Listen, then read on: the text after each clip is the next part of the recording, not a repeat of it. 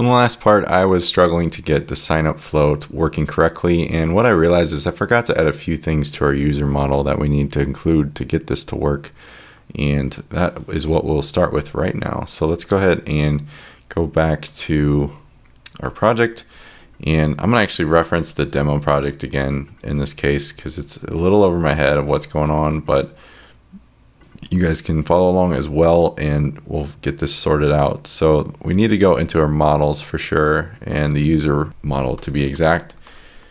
I've included that log validation errors concern here. We can keep that there. If you do decide to push this anywhere or put it on server, make sure you get rid of that because you don't really need it there. It's just kind of there to help us. Let's go ahead and reference the other project.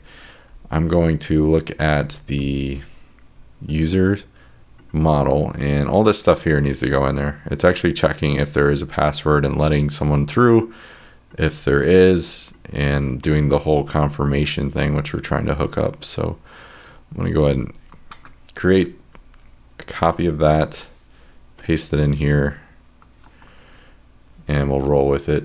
So it looks like it's creating a couple of functions. If the params pass through, it's checking all this stuff, letting someone who isn't confirmed through, more sense. So let's go ahead and see if we can make this work. I'm gonna go for good measure and restart my server and run it, Rails server again. Okay, and then we'll go to the browser. Same path, users sign up, or click the sign up button if you're following along. Got that going. I'm gonna just type mine for now. I'll hit sign up, and sweet. All right, so we got this notification that says a message with the confirmation link has been sent to your email address. Please follow the link to activate your account. Hoping it's in this tab right here.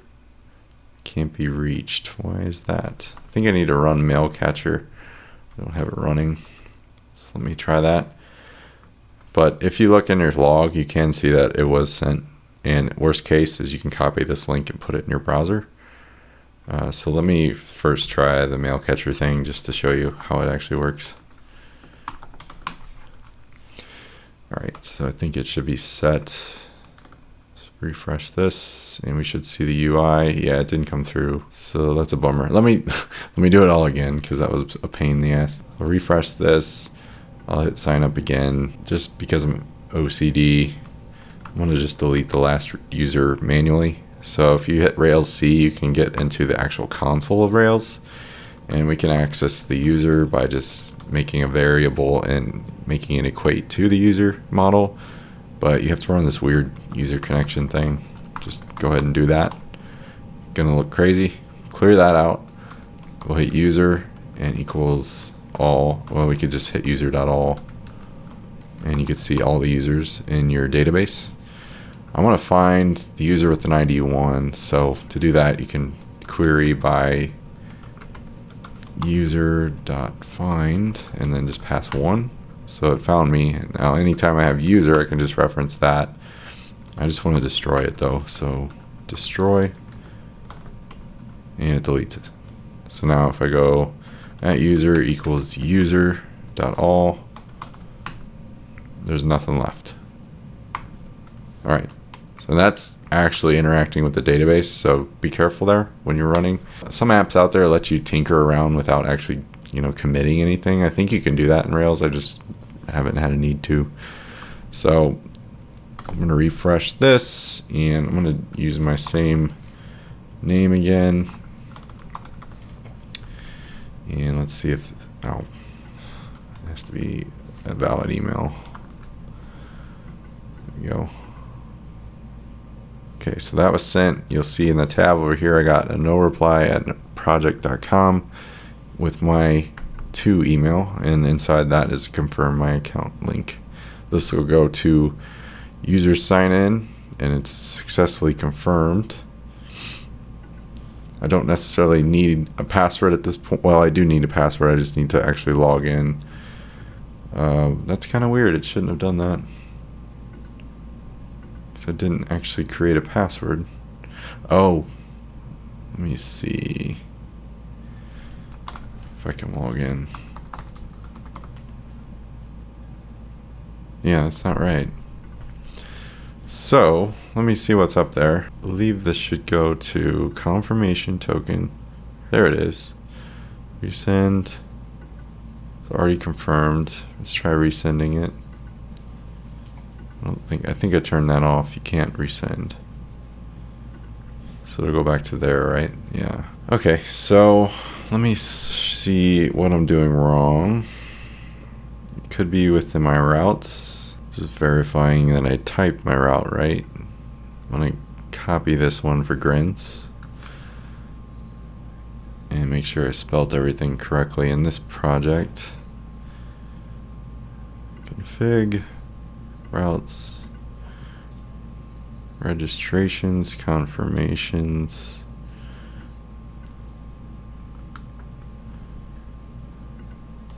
Let's double check our controllers. Got this in there. Okay, that looks good. Confirmations controller. I pasted this one in, I remember, so I don't know that anything's really happening wrong here. Let me delete that just in case. And let's try again. I'm gonna maybe restart the server. I'm gonna actually go into console again and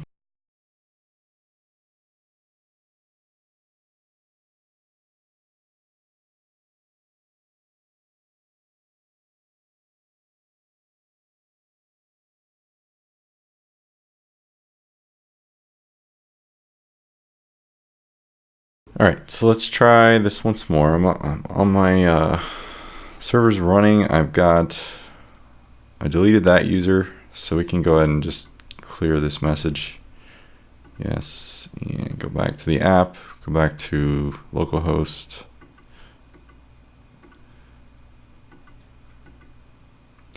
Let's try once more to create an account.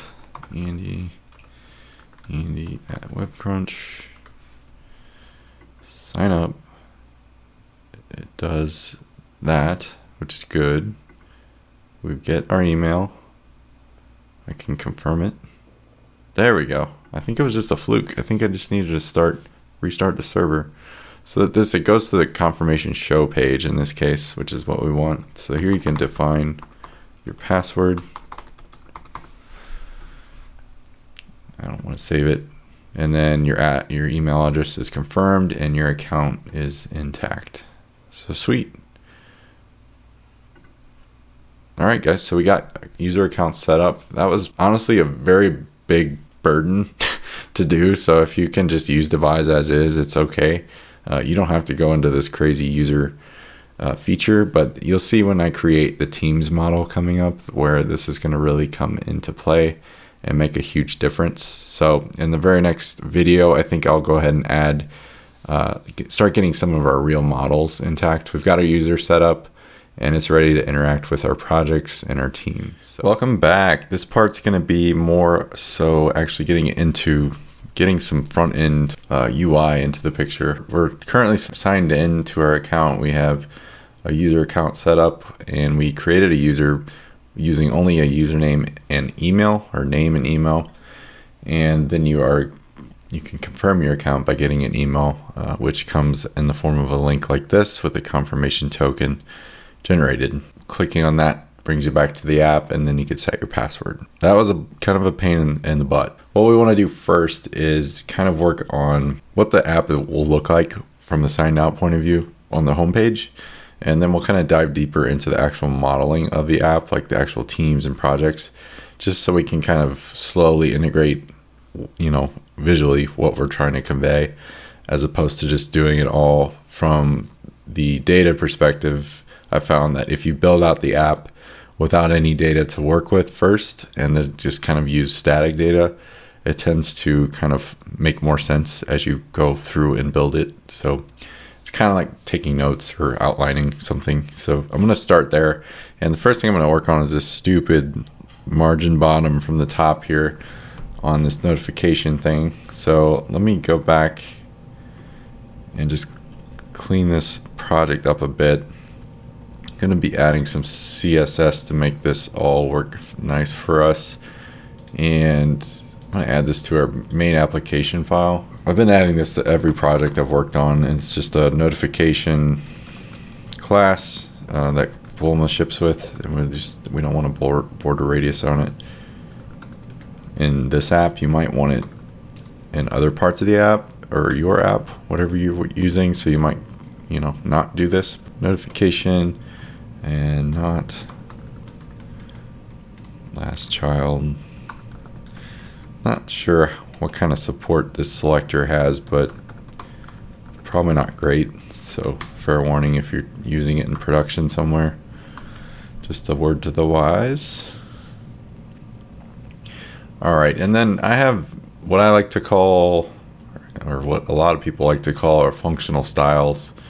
And these are more or less just, they're a class that does exactly one thing, and you can combine them on elements in HTML to kind of move things around the page and make them look the way you want, as opposed to just taking an element like element and doing all these like padding, margin, font, all that stuff, and repeating yourself. And in this case, you can kind of just have stuff defined already and keep it consistent as you go.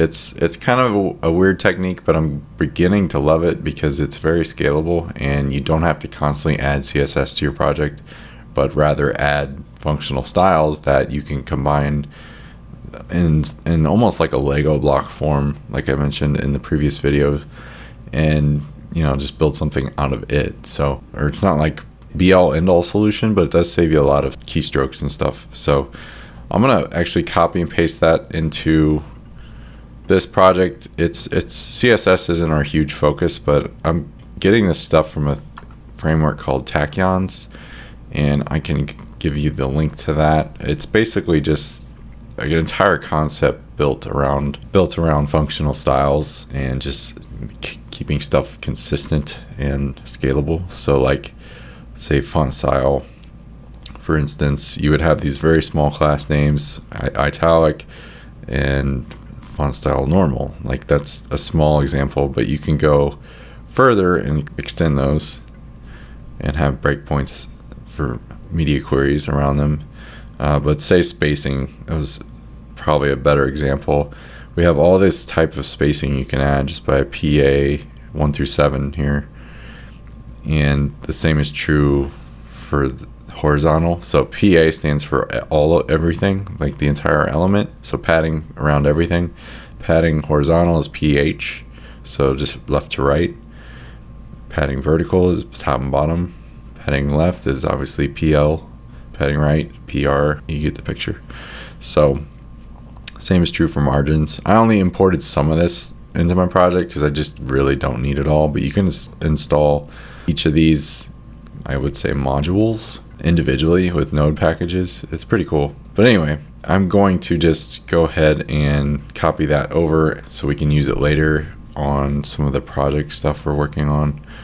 Right now we have CSS variables being set. It's kind of, if you're not used to those, it's just the same way you'd set a variable in Sass. It's just a different syntax, and you can set them by default using this root element. So there's a ton more here, and we'll get into what this means soon, but not quite yet. So I'm going to paste this in, all this stuff for padding and font sizes and borders. This is the stuff I ended up using. Okay, great. You see in that file I already have imports of teams and projects. Those are specific styles for those pages. They can really live in that same file, but I just have them separate to separate concerns. We'll get into that when we generate the model. I don't need them quite yet, so we'll bring them over when we're ready. Great, so our styles, they're ready to roll. You see that notification bumps to the bottom now, which is good. And we have our home page, and I'm signed out. So let's go ahead and tackle this dash, or front page, I guess I'll call it. And that will be in our views, home, and index file. And so inside here, I'm going to actually check if there's a user signed in and render something as if they are. And if they're not, I'm going to render something else. So to do that, we can type if user signed in question mark, and we need to end that block. So this method comes, or it's a helper, comes straight from Devise. So it checks if that current user is indeed signed in. Then we can render what would be the dashboard page, which isn't there yet. And then we can do an else, because they're only going to be signed in or out, so we can check either or. So render home. And home is just going to be basically static content. I just want to have some sort of marketing page going on. Obviously, if it was your app and you were trying to make it awesome, you'd make it more awesome. But in this case, I'm just trying to make an idea a reality. So I'm going to rename this to _home. It means it's a partial, and Rails will know to render that as a partial. And create one more called dashboard.html.erb. Great. So that should already be working. If you went back to your app, you'd see a blank slate, hopefully. Okay, so in our home file, I just have some basic markup. You don't have to watch me type through all this. So I'm going to actually go back. You know what? I'll just speed the video up. So I'll go ahead and type. So we need a hero.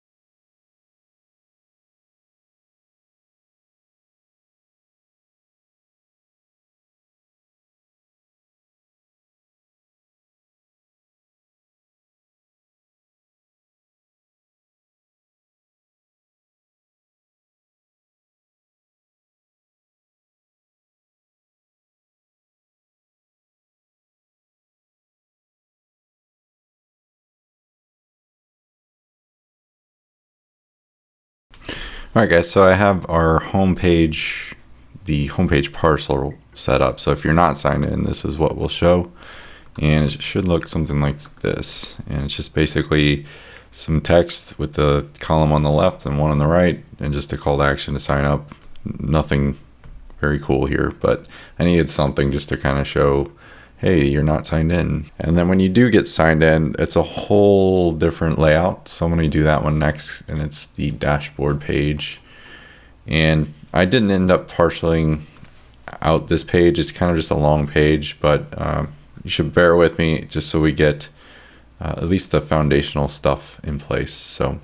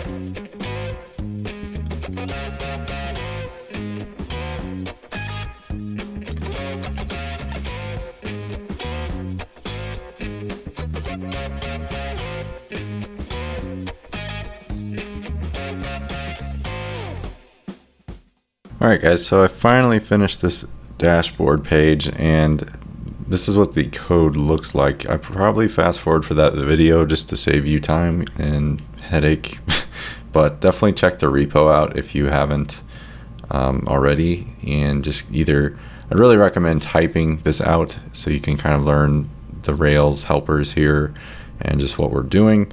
Obviously, mine version won't match yours at this state because mine, as you'll look at it, is not complete yet. So this one is going to be kind of a take on that, but more of a static take. So we'll get to where it is indeed working, but I would just invite you to maybe reference it as you're following along. Here I have the dashboard. If I were to log in at this point, it should at least render some content on the screen. So I made this account earlier. If I can remember my password. Great. So I made up some fictitious stuff just for placeholder right now. These don't link to anything, but they will. So we have a teams column here. This is actually rendering my actual username since we have access to it now. So that's kind of nice. But here we have the teams in the middle, the team name, which will link to the team eventually, how many members are in the team, and those people will display there. If that team gets really large, which I'm not accounting for, that would be something to enhance later.